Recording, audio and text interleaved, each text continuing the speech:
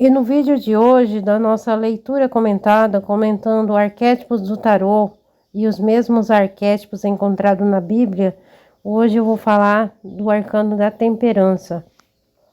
E note que essa imagem aqui que eu peguei no Pinterest essa imagem, e ela é uma imagem, eu não sei se ela é de IA ou se ela é uma imagem de um deck mais alinhado ao hermetismo. Eu não encontrei o nome desse deck para colocar aqui, mas eu vi que ele é como se ele fosse uma atualização do Waite, mas com essa visão mais hermética e alquímica. Por isso que o anjo, ele numa mão aqui, ele tem um jarro de água, né, simbolizando o naipe de copas, e na outra mão ele tem o fogo, simbolizando o naipe de paus. E a mesma coisa com as figuras aqui. Aqui ele tem a águia, que lá no tarô, né, significa o naipe de copas, e o leão, que significa o naipe de fogo. Vamos dar entrada aqui no nosso textinho, que eu separei aqui para a gente falar sobre hoje. Na sequência tradicional dos arcanos maiores, a de Waite, por exemplo, depois da morte, o arcano 13, vem a temperança, o arcano 14. A morte representa o fim de um ciclo, a transformação profunda, a morte do ego antigo.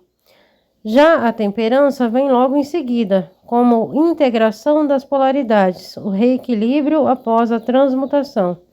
É como se depois de morrer para o velho eu, a alma aprendesse a misturar luz e sombra, céu e terra e a buscar a harmonia interior. Depois que a morte dissolveu o ego e desfez as formas antigas, a temperança chega como a cura alquímica. A figura angelical da imagem que eu acabei de mostrar, geralmente representada pelo anjo Rafael, a cura de Deus, né? Ou o Deus que cura, que é a tradução de Rafael, verte o líquido de uma taça para outra. É o símbolo máximo da mistura dos opostos, consciente e inconsciente, céu e terra, luz e sombra, masculino e feminino. É o momento do equilíbrio dinâmico que tira da estagnação depois do arcano da morte e reorganiza com a medida exata para gerar uma nova realidade harmoniosa. Ela nos ensina que a verdadeira transformação passa pela destruição e recomposição harmônica das forças. Após a destruição ou a purificação anterior na carta da morte, ela não é apenas calmaria, mas é o equilíbrio dinâmico alcançado ao curar e misturar forças que antes foram separadas ou rompidas no arcano da morte. E na Torá, na Bíblia, onde encontramos esse arquétipo? Esse arquétipo da temperança aparece de forma recorrente na Bíblia, mas com um rosto simbólico que fala de aliança, purificação e reconciliação. Vamos a alguns exemplos. No livro de Tobias, que ele não é um livro que está em todas as Bíblias do cristianismo, né, do protestantismo, ele é um livro que está na Bíblia oficial católica. A gente tem a história do anjo Rafael no livro de Tobias. O arcanjo Rafael, melhor dizendo, não é o arcanjo. O arcanjo Rafael guia Tobias em sua jornada, cura o pai cego e expulsa o demônio de matrimônio de Sara. Rafael, que simboliza ou significa Deus que cura, ele representa exatamente o que a temperança encarna: a cura, o equilíbrio, a reconciliação e a união das forças divinas. É um anjo que mistura o remédio e isso é alquimia pura. O altar e o fogo no deserto e a medida exata.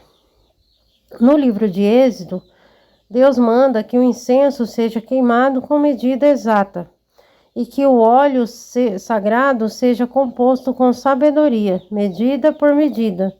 Essa mistura exata das substâncias sagradas é o arquétipo da temperança na prática sacerdotal. O equilíbrio entre o que é muito, né, o fogo ligado ao naipe de paus, que eu mostrei lá na figura, lá o anjo com um foguinho na mão, simbolizando o fogo, a emanação espiritual, ligada ao naipe de paus. E o que é pouco, a água, a formação, que é o mundo da formação, que corresponde às emoções, é o naipe de copas. E que gera o perfume sagrado, que é a manifestação, o naipe de ouros. Deixa eu só comentar sobre isso aqui para ficar mais claro.